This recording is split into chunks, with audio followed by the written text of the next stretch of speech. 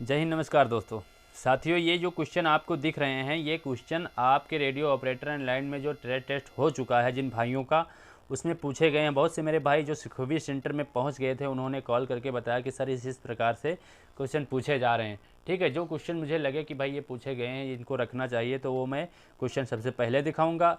और हाँ, जिस प्रकार से क्वेश्चन आगे आने वाले समय में बन सकते हैं, वो भी क्वेश्चन मैं अभी इसमें करवाऊँगा। ओके। और एक बात कि जो सब भी भाई बता रहे हैं कि सर कंप्यूटर से भी क्वेश्चन पूछे जा रहे हैं, मतलब कंप्यूटर से भी क्वेश्चन बन रहे हैं, हमें देखने को 1 से 2 से 4 क्वेश्चन देखने को मिल रहे हैं। तो इसलिए मैंने कंप्यूटर की भी क्वेश्चन इसमें रखे हुए हैं।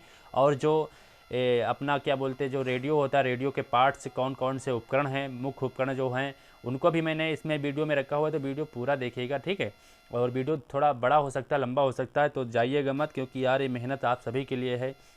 और एक बात कहना चाहता हूँ कि जो भाई कुछ हमारे ऐसे जुड़े हुए हैं जिनको लगता है कि सब फेक है और फालतू के कमेंट करते रहते हैं, पढ़ने लिखने से कोई मतलब है नहीं, तो ये वीडियो उनके लिए नहीं है।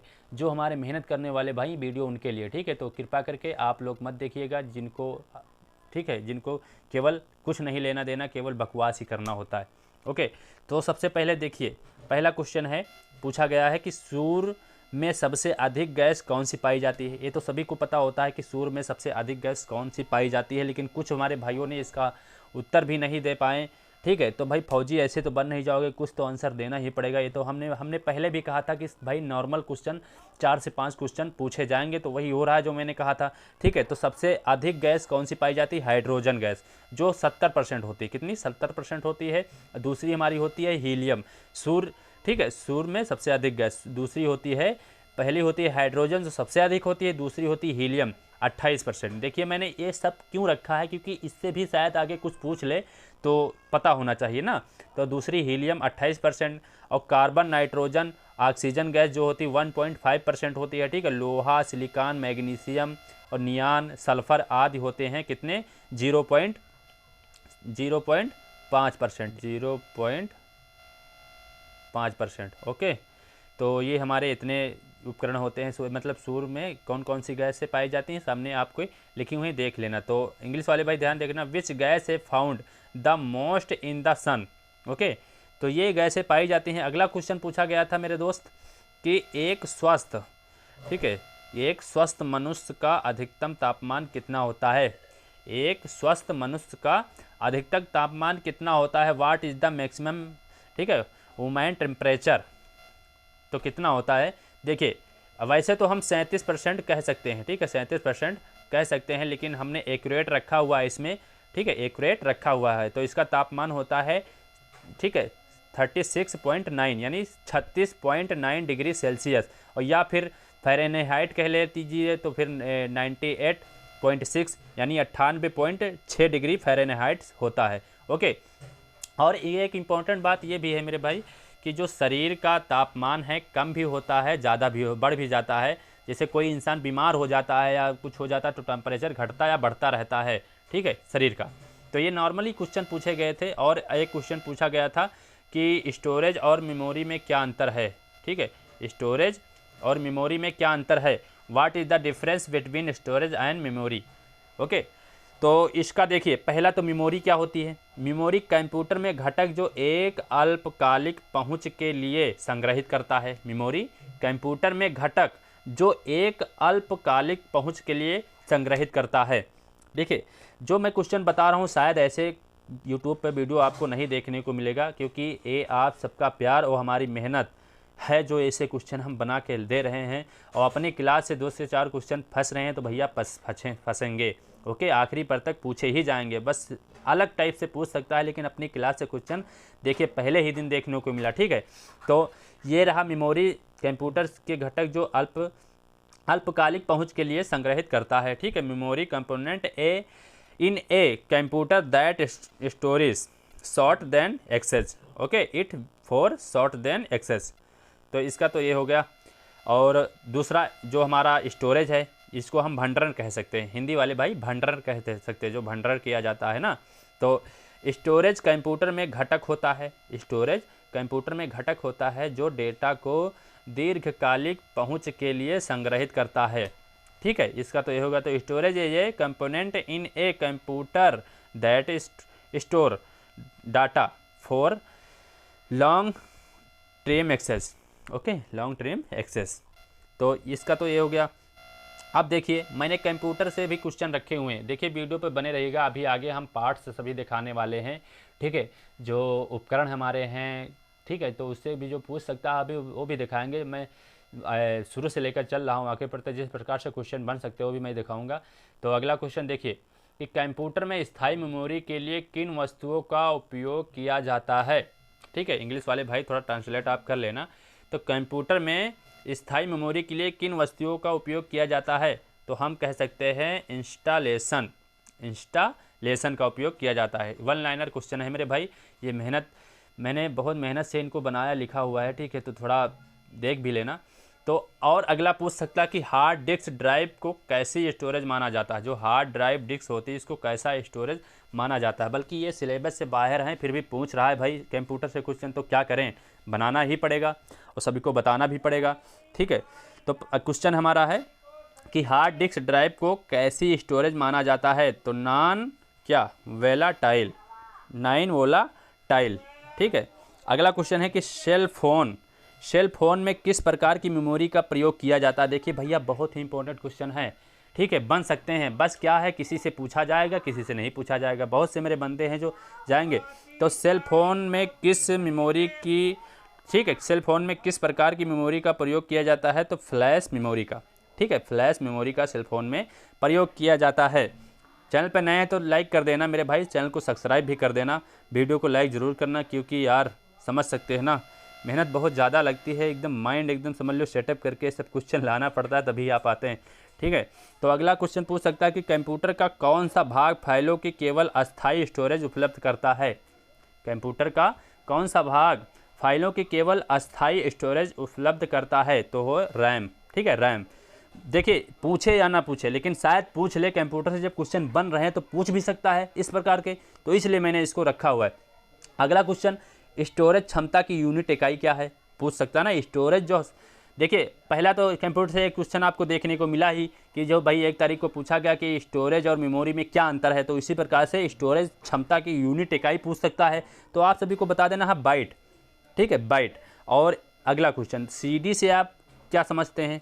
ठीक है, सीडी को क्या कह सकते हैं, क्या कर सकते हैं कि, तो सीडी से हम पढ़ और लिख सकते हैं। ठीक है, सीडी से पढ़ और लिख सकते हैं। और डीवीडी का उदाहरण पूछ सकता है, डीवीडी का उदाहरण क्या है ऐसा कह सकते हैं ना, तो बोल देना है ऑप्टिकल डिवाइस। देखिए कंप्यूटर के मेन क्वेश्चन हैं, वैसे कंप्यूटर से बहुत सारे क्वेश्चन बन सकते हैं, पर जो मुझे लगा कि भाई ये सिलेक्टेड है इसको रखो, वही रख दिया। ओके, अगला क्वेश्चन पोस्ट का पूरा नाम यानी पोस्ट का फुल फॉर्म पूछ सकता है। तो पावर ऑन सेल्फ टेस्ट। ठीक है, पावर ऑन सेल्फ टेस्ट इसका फुल फॉर्म हो गया। ठीक है, ये सामान्य ज्ञान के हिसाब से क्वेश्चन है, ठीक है, और कंप्यूटर के हिसाब से भी हैं। और अगला क्वेश्चन पूछ सकता है कि एक प्रकार में केवल एक कथन ही कन्वर्ट और एजुकेटेड करता है, वो कौन है, वो है इंटरप्रेटर। ठीक है, इंटरप्रेटर। अगला क्वेश्चन पूछ सकता है कंप्यूटर के संदर्भ में सॉफ्ट टावर का अर्थ क्या है, तो होगा सॉफ्ट टावर का अर्थ होगा कंप्यूटर प्रोग्राम। ओके, चलिए आगे अगला क्वेश्चन देख लेते हैं। ज़्यादा क्वेश्चन कंप्यूटर से नहीं रखे, बस जो मेन है वही रखे हुए हैं। ओके, तो वह भाषा जिसे कंप्यूटर बिना ट्रांसलेट किए समझता है, वह भाषा जिसे कंप्यूटर बिना ट्रांसलेट किए समझता है, LL मशीनी भाषा। ठीक है, लो लेवल लैंग्वेज। ठीक है, तो इस प्रकार से क्वेश्चन पूछ भी सकता है, ना भी पूछे, लेकिन ये आपके नॉलेज के लिए बहुत ही उपयोग रहेंगे, शायद बन सकता है इसमें। अगला क्वेश्चन है कि कंपाइल का प्रमुख कार्य क्या है, तो इसमें लिखा हुआ भाई उच्च स्तरीय भाषा से मशीन भाषा में बदलता है। जो हमारा कंपाइल का प्रमुख कार्य होता है उच्च स्तरीय, जो हमारी उच्च स्तरीय भाषा होती है, ठीक है, भाषा से मशीन भाषा में बदलता है। ओके, देखिए यहाँ पर दिया हुआ है DDR का फुल फॉर्म अगर देखा जाए तो होगा डबल डाटा रेट। ठीक है, डबल डाटा रेट। और एक हो गई कैश मेमोरी। मेमोरी तो भाई कई प्रकार की होती हैं। ठीक है, मेमोरी एक हो गई कैश मेमोरी, यह CPU और, ठीक है, प्राइमरी के बीच स्थित होती है। CPU और प्राइमरी के बीच स्थित होती है। साइज इसका होता है 256 KB से 4 MB तक होता है। ठीक है, मेमोरी की क्षमता अगर पूछ ले भाई मेमोरी की क्षमता कितनी, तो रजिस्टर इस एक हिसाब से देखा जाए बैंकिंग मेमोरी और सहायक मेमोरी, ये कुछ एक सेकेंडरी मेमोरी के अन्य नाम से भी इनको भी जाना जाता है। और सेकेंडरी मेमोरी हमारी कितनी प्रकार की होती है, ऐसा भी तो पूछ सकता है ना। तो सेकेंडरी मेमोरी हमारी कितने प्रकार की होती है, यहाँ हमने लिखा हुआ है 2 प्रकार की मेन मेमोरी रखा हुआ है हमने। तो 2 प्रकार की होती है, एक होता है फिक्स्ड सेकेंडरी मेमोरी, एक होता है रिमूवेबल सेकेंडरी मेमोरी। ठीक है, हिंदी वाले भाई भी थोड़ा ध्यान देते रहना। ठीक है, इंग्लिश में हमने रखा हुआ लिखा हुआ है, क्योंकि जो मुझे आसान लगा कि भाई ये भाषा सही है तो हमने रख दिया। ठीक है, तो ये हो गई फिक्स्ड सेकेंडरी मेमोरी के बारे में जान लीजिए। इंटरनल फ्लैश मेमोरी जिसको कह सकते हैं, और SSD सॉलिड स्टेट डिवाइस कह सकते हैं। और रिमूवेबल सेकेंडरी मेमोरी को ठीक है CD ऑप्टिकल, और डिस्क DVD जिसको हम बोल सकते हैं। ठीक है, पेन ड्राइव बोल सकते हैं। ठीक, जो पेन ड्राइव हमारी होती हैं वो लगाई जाती है ना। तो हार्ड डिस्क ड्राइव HDD का फुल फॉर्म होता है हार्ड डिस्क ड्राइव, SSD का फुल फॉर्म होता है सॉलिड स्टेट डिवाइस। ठीक है, तो ये कुछ रहें मेमोरी से संबंधित। और देख लीजिए नीचे भी हमने लिख रखा है। ठीक है, ब्लू रे डिस्क और टॉपर्स, ये सब वीडियो रोक करके आप लोग पढ़ लेना, देख लेना। ओके, ताकि समझ में अच्छे से आ जाए इन मेमोरियों के बारे में। भाई मेमोरी से देख लीजिए, मैं कोई गेस भी नहीं कर सकता था कि भाई कंप्यूटर से भी क्वेश्चन पूछेगा। ठीक है, तो उसकी मर्जी भाई, जहाँ से बनता है वहीं से पूछ रहा है, बच्चों को फेल करने के लिए ज़्यादा से ज़्यादा सोच रहा है। ठीक है, तो थोड़ा बहुत सामान्य ज्ञान के भी क्वेश्चन पढ़ते रहना, ताकि ये ना हो कि आप लोग को पता नहीं है। ओके, और एक होता है, ठीक है, फ्लॉपी डिस्क, एक होती है फ्लॉपी डिस्क, 2 प्रकार की होती हैं। ठीक है, फ्लॉपी डिस्क जो 2 प्रकार की होती हैं, साइज इसका होता है 5.25। ठीक है, 5.25 1/4, जिसको हम कह सकते हैं कि 1.2 MB। ठीक है, और 3.5 और 3/1/2। ओके, तो इसको हम बोल सकते हैं 1.44 MB, ऐसा कह सकते हैं ना। तो ये कुछ मेमोरियों के बारे में रहा। अगला थोड़ा देखिए इंपॉर्टेंट रख रखा है, हमने लिख रखा है। और देखिए DVD digital versatile disc. Okay, यह 2 प्रकार की होती हैं, एक होती है सिंगल लेयर, एक होती है डबल लेयर। जो हमारी सिंगल लेयर होती है 4.7 यानी 4.7 GB होती है, और डबल लेयर जो होती है 8.5 GB होती है। और लाइन स्पेस इसका होता है जो 0.74 mm। ठीक है, mm 0.74 mm। ठीक है, और थिकनेस होता है जो इसका होता है 0.6 mm।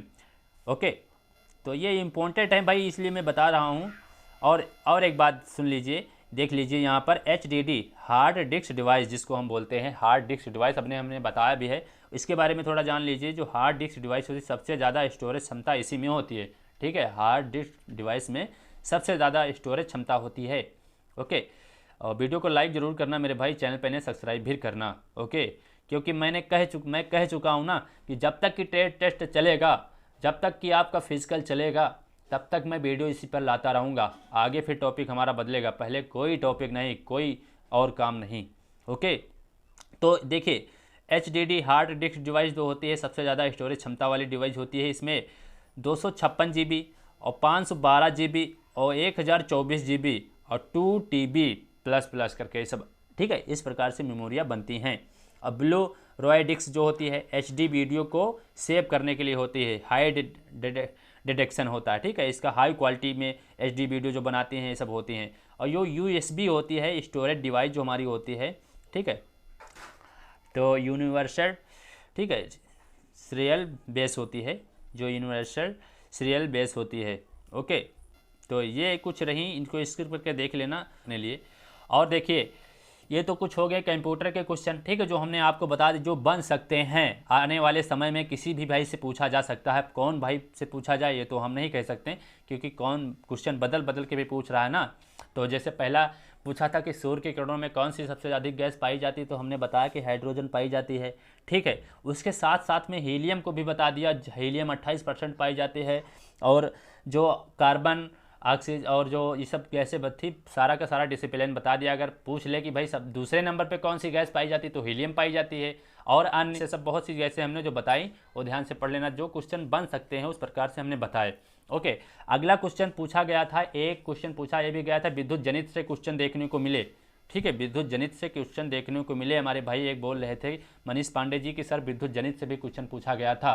ओके, तो विद्युत जनित के बारे में थोड़ा समझ लीजिए कि अब देखिए कंप्यूटर से भाई ने बताया कि कंप्यूटर से क्वेश्चन पूछे जा रहे हैं, लेकिन ये नहीं बताया कौन से, क्योंकि भाई जो फेल हो जाता है ना और ज़्यादा कुछ बता नहीं पाता, बस घर को भागने लगता कि भाई क्या बताएं यार, उसको ऐसे ही टेंशन हो जाता है ज़्यादा से ज़्यादा, तो इसलिए कुछ बता नहीं पाया। बस ये बोला कंप्यूटर से क्वेश्चन पूछे जा रहे हैं। और एक क्वेश्चन आपको देखने को भी मिला कि स्टोरेज मेमोरी में क्या अंतर होता है, तो उस प्रकार से हमने कंप्यूटर के क्वेश्चन बताएं। ठीक है, अगर ठीक लगे होंगे तो लाइक ज़रूर कर देना, ना ठीक लगे होंगे तो लाइक ना करना, कोई दिक्कत की बात नहीं है। पूरा पढ़ ज़रूर लेना क्योंकि फ़ायदा आपको हो जाए। ठीक है, तो विद्युत जनित अथवा जनरेटर क्या है, हमने ये क्वेश्चन कराए भी हैं क्लास में, फिर भी हम बता देते हैं। ठीक है, इस क्लास में जो हमारे भाई नए आएंगे उनको कहाँ पता होगा। तो व्हाट इज ए नया इलेक्ट्रिक जनरेटर और जनरेटर। ओके, तो विद्युत जनित एक ऐसी युक्ति है जो यांत्रिक ऊर्जा को विद्युत ऊर्जा में बदलने के काम आती है। An electric generator an a device that a use to convert mechanical energy into electrical energy. Okay, तो इसका ये हो गया। चलिए जल्दी क्वेश्चन कराने कि भाई समय बहुत कम है, अभी आगे पार्ट्स के बारे में बताने हैं, क्योंकि ज़्यादा वीडियो लंबा हो जाए तभी तो दिक्कत है। तो विद्युत जनित का किस सिद्धांत पर कार्य करता है, जो विद्युत जनित हमारा होता है किस सिद्धांत पर कार्य करता है। ओके, तो व्हाट ऑन प्रिंसिपल डज ये इलेक्ट्रिक जनरेटर वर्क, किस सिद्धांत पर कार्य करता है, तो इसका आंसर दिया हो विद्युत जनित विद्युत चुंबकीय प्रेरण सिद्धांत पर कार्य करता है। तो electric generator works on the principle of electromagnetic induction. ठीक है, इस पर कार्य करता है।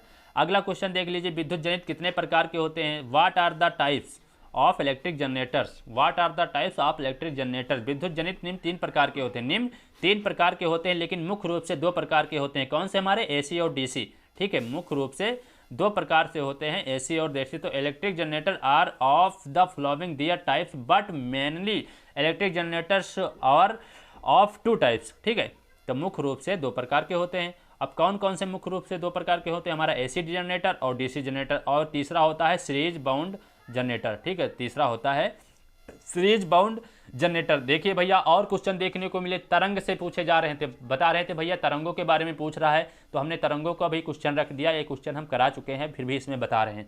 ओके, तरंगों से भी क्वेश्चन बने, 1-2 क्वेश्चन देखने को मिले, कुछ भाई बोल रहे थे। तो देखिए तरंग क्या होता है, व्हाट आर वेव्स। तरंग एक प्रकार का विक्षोभ होती हैं जो किसी माध्यम के कणों को गतिशील करते हुए आगे बढ़ती हैं। ठीक है, उन्हें तरंग कहते हैं। तो waves are the types. Okay, waves, रुक जी थोड़ा सही कर लें, तो waves are the types of thoughts which move my moving. ठीक है, principle in a medium they are called waves. Okay, अगला क्वेश्चन देखिए, अगला क्वेश्चन बन सकता है, देखिए मैं ये बेसिक बताता हूँ ना, ये बेसिक ही है। ओके, तो भाई किस प्रकार से कहाँ से पूछ ले बताइए। धन तरंग किसे कहते हैं, इसके बारे में थोड़ा पूछ सकता है, तो इसको हम बेसिक से समझा देते हैं आप सभी को, ताकि आपको माइंड में सेटअप हो जाए। ठीक है, तो what is the sound waves called. Okay, तो ध्वन तरंग आंसर हमारा है, ध्वन तरंग अनुदैर्ध्य यांत्रिक तरंगें होती हैं।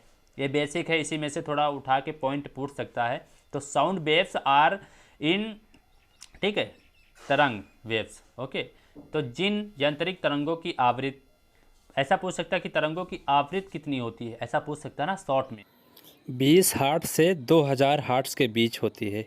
ठीक है दोस्तों, ऐसा पूछ सकता है। तो उनकी अनुभूति हमें अपने कानों द्वारा होती है, तो इन्हें हम ध्वनि तरंग के नाम से पुकारते हैं। ओके, इंग्लिश वाले भाई स्किप करके देख लेना।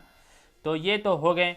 ठीक है, ये क्वेश्चन जो बनने वाले थे हमने आप सभी को बता दिए। चलिए अब दिखाई देते हैं जो हमारे जो उपकरण हैं उनके बारे में थोड़ा समझ लेते हैं। ओके, देखिए पहला उपकरण हमारा है बर्मी, जिसे हिंदी में बर्मी कहते हैं, जिसको हम इंग्लिश में ड्रिल कह सकते हैं। ठीक है, ये छेद किया जाता है, इससे किसी भी दीवार में या फिर किसी भी मतलब उपकरण में छेद करके उसको सुराख किया जाता है। ठीक है, ये इसके काम आती है। ये हमारे कुछ टूल्स दिए हुए हैं, ये प्लास हो गया। ठीक है, ये भी एक प्रकार से प्लास ही है, ये वायर कटर है। ठीक है, ये एक प्रकार का मतलब ये सब दिए हुए हैं, इनके नाम ज़रा देख लेना आप लोग। ठीक है, क्या क्या इसको बोलते हैं समझ लेना। तो ये इस प्रकार से कुछ प्लास आपको देखने को मिलेंगे। अगला देखिए, ये इंची फीता है, जिसको हम इंची टैप कह सकते हैं। ओके, अगला देखिए, ये देखिए बहुत ही मेन है, ये करंट जांचने वाला उपकरण है। ठीक है, ये बहुत ही मेन है, लाइन फेज टेस्टर, इनको हम फेज टेस्टर कह सकते हैं, फिर लाइन टेस्टर भी कह सकते हैं, कुछ भी कह लीजिए। देखिए लाइन को जांचने के लिए किया जाता है कि करंट आ रही कि नहीं आ रहा, करंट आ रहा है कि नहीं आ रहा है। यहाँ पर देखिए, यहाँ पर ये लाल लाल आपको जलता हुआ दिखेगा ना, इसमें बल्ब लगा होता है और यहाँ से जब अगर करंट आता है तो जो इसके अंदर लगाया हुआ है, ठीक है, तो यहाँ से इसको लगाएंगे तुरंत ही करंट आने लगेगा। तो पूछेगा कि भाई इसका क्या काम होता है, तो बता देना करंट जांचने के लिए इसको किया जाता है, ठीक है। इसको हम लाइन फेज टेस्टर कह सकते हैं या फेज टेस्टर कह सकते हैं, ओके। और चलिए थोड़ा दिखा देते। ये हमारा है नीडल नोज प्लास, ठीक है। ये देखिए, ये सुई के प्रकार की इसकी नोक होती है, सुई प्रकार की इसकी नोक होती है। जो छोटे छोटे उपकरण जैसे पेंच हो गए, स्क्रू हो गए, जिसको स्क्रू हम कहते हैं, ठीक है, उनको पकड़ने के काम आता है, ठीक है, उनको कसने के पकड़ने के छोटे छोटे उपकरणों को। तो ये नीडल नोज प्लास। अगर देखिए वहाँ पर क्या हो रहा है कि छोटे छोटे जो उपकरण रखे हुए हैं उनको उठा करके पूछता है कि भाई ये क्या है, इससे क्या किया जाता है, ऐसा पूछ रहा है ना। तो थोड़ा जितने उपकरण हैं थोड़ा गौर से देख लीजिएगा साथियों। ये आपको दिख रहा होगा, ये है डिजिटल मीटर जिसको कह सकते हैं हम, ठीक है। इसके बारे में अभी थोड़ा एक्सपीरियंस हमने लिया। एक हमारे हैं जो हमारे मित्र हैं, ठीक है, वो बना रहे थे, तो चलिए उन्हीं की बातों से सुनते हैं कि क्या बोल रहे हैं इसके बारे में, क्या है, कैसे वर्क करता है, ठीक है। ये सारे उपकरण उनके पास रखे हुए थे, हमने सोचा थोड़ा प्रैक्टिकल करके ही दिखला दें तो ज़्यादा बेटर रहेगा, ओके। तो चलिए इन्हीं की ज़बानी सुन लीजिए आप। तो ये जो वायर लगे हैं लाल, तुम बोलो तो बताओ इनसे क्या होते? ये कनेक्शन देते हैं, इसलिए कनेक्शन जाएगा। अच्छा, कनेक्शन होते हैं। स्क्रू, ये मोबाइल स्क्रू है। ये चिमटी है। ये चिमटी, इससे क्या क्या होता है? महीन पुर्जा पकड़ने के लिए। इससे महीन पुर्जा पकड़ा जाता है दोस्तों। ये क्या हो? ये नो प्लस है। ये प्लास है, मतलब इससे कोई बारीकी चीज़ खोलना हो जैसे स्क्रू पेचकस वगैरह खुल जाएंगे ना। अच्छा अच्छा। और ये क्या है? सोल्डर।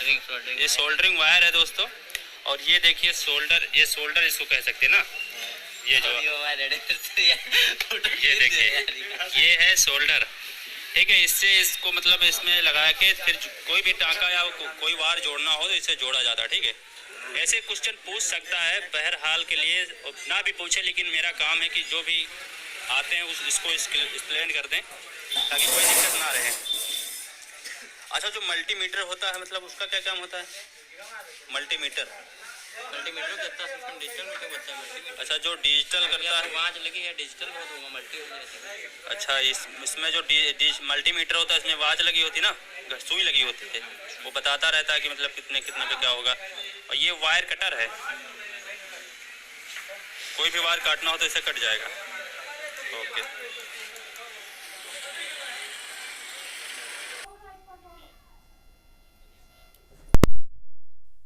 बैटरी चेक हो जाती है। नहीं, बैटरी कितने चेक होती है? बैटरी ये सब बैटरी कनेक्शन है। और जब बत्ती चेक करना हो तो? बत्ती बत्ती और जो और तुम कुछ बोल रहे हो यहाँ पे हैं? मोबाइल वाला सिस्टम चेक हो जाएगा। इधर मोबाइल वाला सिस्टम, बस यह काम करो। तो दोस्तों देखिए यहाँ पर आपको दिख रहा होगा, ठीक है, रेडियो। तो इसके कुछ पार्ट्स हैं जो लिखे भी हुए हैं, जो ये है वॉल्यूम कंट्रोल, यहाँ पर लिखा हुआ है, ऑडियो ट्रांसफार्मर्स है, ठीक है, और टिंकिंग कैप्टर है, और ये हो गया लॉन्ग वेव्स, मीडियम वेव्स, ठीक है, स्विच ये यहाँ पर जो दिख रहा है यहाँ पर ये, ठीक है, long waves, medium switch, okay. और फ्राइट अटेंडेंस, ओके। और इफ टेंस फॉर्मेस, ठीक है, फॉर्मेर्स, इफ टेंस फॉर्मेर्स। ये हो गया ट्रांजिस्टर, ये जो दिख रहे हैं ये ट्रांजिस्टर हमारे लगे हुए हैं, ओके। इसकी लाइनिंग देख लेना आप, लाइन से समझ जाएंगे ठीक ट्रांजिस्टर कहाँ लगे होते हैं। ये ट्रांजिस्टर हमारे होते हैं, ओके। और लाउड स्पीकर जो हमारा जो बीच में लगा हुआ है ये लाउड स्पीकर है, ओके, जो बीच में लगा हुआ है ये लाउड स्पीकर है। ईयरफोन, देखिए ईयरफोन जो जैक होते हैं, ईयरफोन जैक ये यहाँ पर लगे होते हैं, अगर दिखाएगा इस प्रकार से बता देना। तो बैटरी कम्पैक्ट मैग्नेट, ये बैटरी है, ओके। तो वीडियो कैसा लगा कमेंट करके बताना, ठीक है। और जैसे ही इन्फॉर्मेशन आगे मिलती रहेगी आप सभी के लिए वीडियो लाते रहेंगे। और जो मुझे लगा यूज़फुल लगा कि भाई ये ऐसा बनाए वीडियो तो ज़्यादा बेटर रहेगा। जितनी ज़्यादा हो सकती है मेहनत करते हैं आप सभी के लिए यार भाई, कि मेरे भाइयों तक ज़्यादा से ज़्यादा अच्छी से अच्छी इन्फॉर्मेशन पहुंच जाए। मेरे वजह से अगर किसी एक बंदे का भी सिलेक्शन होता है तो मुझे बहुत ज़्यादा खुशी होगी, क्योंकि मेहनत आप सभी के लिए है मेरे भाई। तो ठीक है दोस्तों, मिलते हैं नेक्स्ट वीडियो में। वीडियो को लाइक करना, चैनल पर नए हैं तो सब्सक्राइब ज़रूर करना। जय हिंद, जय भारत, वंदे मातरम।